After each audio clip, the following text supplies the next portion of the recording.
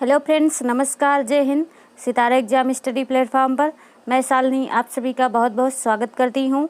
कैसे हो आप सब लोग? आई होप आप अच्छे होंगे, स्वस्थ होंगे, मस्त होंगे और आपकी सीटेट की तैयारी अच्छे से चल रही होगी। तो फ्रेंड्स, आज हम ईवीएस के कुछ मोस्ट इम्पॉर्टेंट क्वेश्चंस को लेकर आए हुए हैं। इस वीडियो के अंदर हम ईवीएस के क्वेश्चंस को देखेंगे।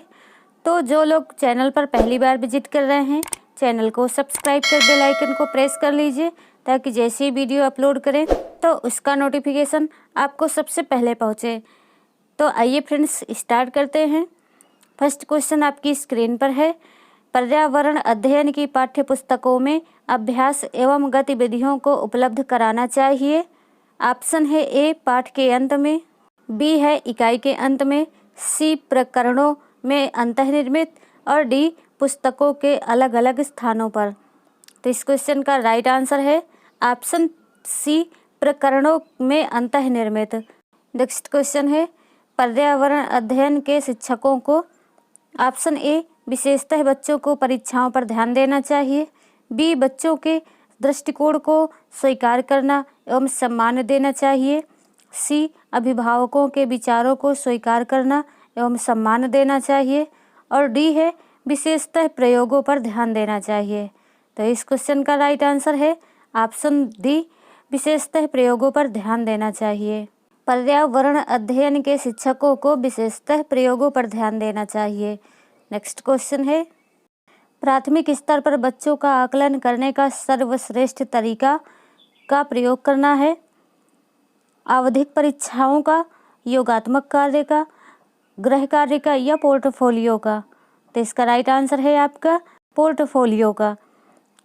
प्राथमिक स्तर पर बच्चों का आकलन करने का सर्वश्रेष्ठ तरीका है पोर्टफोलियो का प्रयोग करना। नेक्स्ट क्वेश्चन है, एक शिक्षक पढ़ाते समय श्रव्य दृश्य सामग्रियों का एवं शारीरिक गतिविधियों का प्रयोग करता है क्योंकि यह ऑप्शन है ए अधिगम वृद्धि में अधिकतम इंद्रियों का प्रयोग करते हैं, बी शिक्षार्थियों को दिशा परिवर्तन उपलब्ध कराते हैं, सी शिक्षक को आराम उपलब्ध कराते हैं या डी प्रभावी आकलन को सुगम बनाते हैं। क्या होगा इसका राइट आंसर? तो इसका राइट आंसर है ऑप्शन पहला, अधिगम वृद्धि में अधिकतम इंद्रियों का प्रयोग करते हैं। एक शिक्षक पढ़ाते समय श्रव्य दृश्य सामग्रियों का एवं शारीरिक गतिविधियों का प्रयोग करता है क्योंकि यह अधिगम वृद्धि में अधिकतम इंद्रियों का प्रयोग करते हैं। नेक्स्ट क्वेश्चन है, सीमा प्रत्येक पाठ को रटकर तुरंत सीख लेती है जबकि लीना चर्चा एवं ब्रेन स्टॉर्मिंग यानी मस्तिष्क आलोडन के बाद प्रत्येक पाठ को समझती है। यह के विकासात्मक सिद्धांत की ओर संकेत करता है। पहला सामान्य से विशिष्ट, दूसरा वैयक्तिक भिन्नताओं, तीसरा निरंतरता या चौथा अंतःसंबंधित।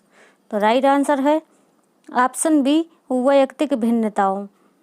सीमा प्रत्येक पाठ को रटकर तुरंत सीख लेती है जबकि लीना चर्चा एवं ब्रेन स्टॉर्मिंग यानी मस्तिष्क आलोडन के बाद प्रत्येक पाठ को समझती है। यह वैयक्तिक भिन्नताओं के विकासात्मक सिद्धांत की ओर संकेत करता है। नेक्स्ट क्वेश्चन है, क्वेश्चन नंबर 6 के अलावा निम्नलिखित पर्यावरण अध्ययन पढ़ाने की विधियां हैं। ए समस्या, बी निर्देशित खोज, सी सहयोगात्मक अधिगम या डी व्याख्यानों द्वारा स्पष्ट करने। तो इस क्वेश्चन का राइट आंसर होगा आपका ऑप्शन डी व्याख्यानों द्वारा स्पष्ट करने। व्याख्यानों द्वारा स्पष्ट करने के अलावा निम्नलिखित पर्यावरण अध्ययन पढ़ाने की विधियां हैं यानी समस्या, निर्देशित खोज, सहयोगात्मक अधिगम, ये सभी पर्यावरण अध्ययन पढ़ाने की विधियां हैं। अगला क्वेश्चन है, पर्यावरण अध्ययन की कक्षा में संकल्पनाओं को स्पष्ट करने के लिए कविताओं और कहानी कथन का प्रयोग करना सहायता करता है।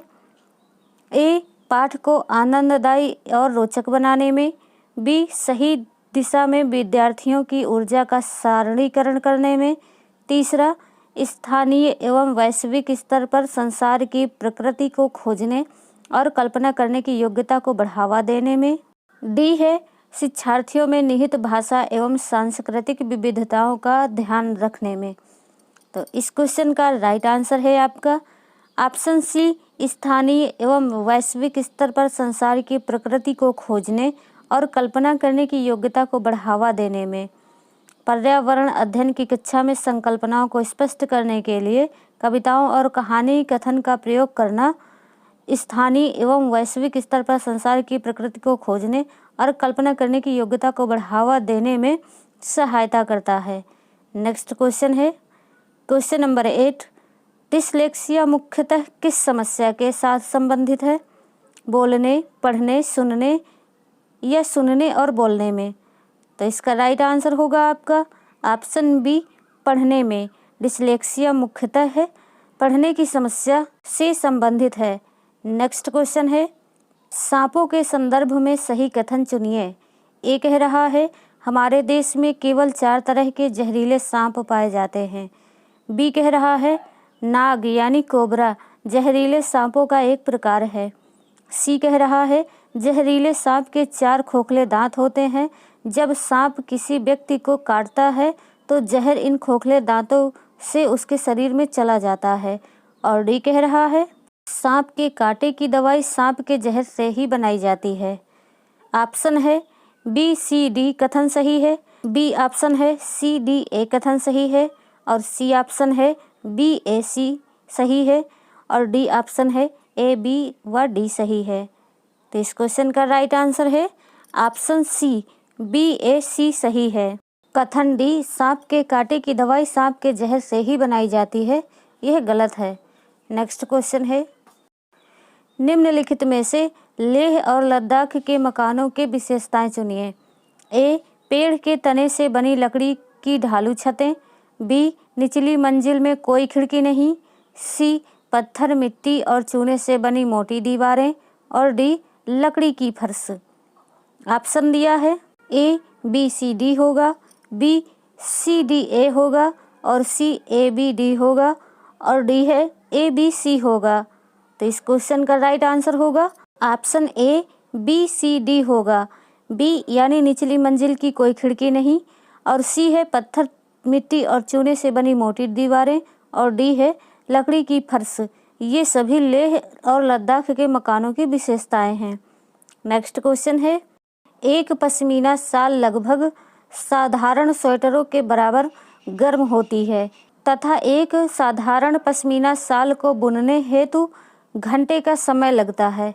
इसमें कह रहा है कि एक पश्मीना शाल लगभग कितने साधारण स्वेटरों के बराबर होती है और एक शाल को बुनने में कितना घंटे का समय लगता है।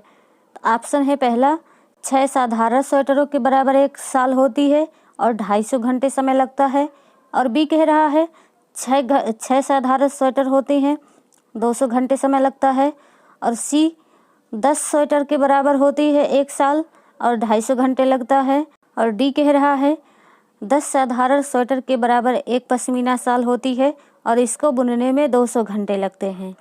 तो इस क्वेश्चन का राइट आंसर है ऑप्शन डी 10 साधारण स्वेटरों के बराबर एक पश्मीना शाल होती है और इसे बुनने में लगभग 200 घंटे का समय लगता है।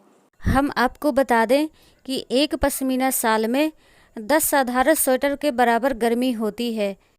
नेपेंथिस एक ऐसा पौधा है जो मेंढकों, कीड़े मकोड़ों और चूहे जैसे छोटे जीवों को अपने अंदर फांसकर खा जाता है। हमारे देश में वह पौधा पाया जाता है उड़ीसा में, अरुणाचल प्रदेश में, असम में या मेघालय में। तो इस क्वेश्चन का राइट आंसर है आपका ऑप्शन डी मेघालय में।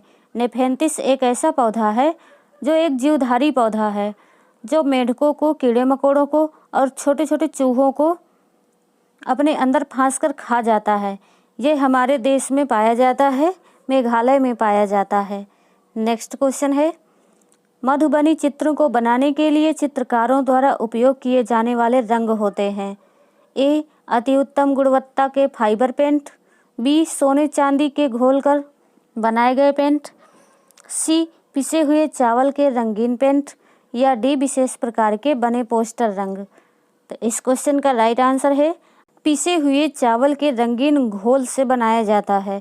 मधुबनी चित्रों को बनाने के लिए चित्रकारों द्वारा उपयोग किए जाने वाले रंग होते हैं पिसे हुए चावल के रंगीन घोल। नेक्स्ट क्वेश्चन है बिहार के गांव में बहुत से किसान अधिक धन कमाने के लिए मधुमक्खी पालन करके शहद एकत्रित करने का कार्य करते हैं। मधुबनी पालन शुरू करने का सबसे अच्छा समय है अप्रैल से जून, जुलाई से सितंबर, अक्टूबर से दिसंबर या जनवरी से मार्च। तो इस क्वेश्चन का राइट आंसर होगा ऑप्शन सी, अक्टूबर से दिसंबर। एक पब्लिक स्कूल में प्रत्येक कक्षा में लगभग 2 से 3 बच्चे आवश्यकता वाले हैं। कुछ बच्चे शारीरिक या मानसिक रूप से विकलांग यानी बाधित हैं। ये बच्चे अन्य बच्चों के साथ उसी कक्षा में एक साथ पढ़ते हैं। प्रयुक्त पब्लिक स्कूल निम्न में से किसका अनुपालन करता है? समावेशी शिक्षा का, समवयस्क शिक्षा का, प्रतिपूरक अधिगम का या सतत एवं व्यापक मूल्यांकन का? तो इस क्वेश्चन का राइट आंसर है ऑप्शन पहला, समावेशी का। एक पब्लिक स्कूल में प्रत्येक कक्षा में लगभग 2 से 3 बच्चे आवश्यकता वाले हैं। कुछ बच्चे शारीरिक या मानसिक रूप से विकलांग हैं। ये बच्चे अन्य बच्चों के साथ एक साथ पढ़ते हैं। एक साथ पढ़ने के लिए समावेशी शिक्षा का अनुपालन करता है पब्लिक स्कूल। तो फ्रेंड्स, आज के सेशन आपको कैसा लगा कमेंट करके ज़रूर बताइए। वीडियो को लाइक कीजिए, शेयर कीजिए, चैनल को सब्सक्राइब कीजिए। अगली वीडियो में फिर मिलेंगे, तब तक के लिए जय Hind, Vande Mataram, take care, bye bye.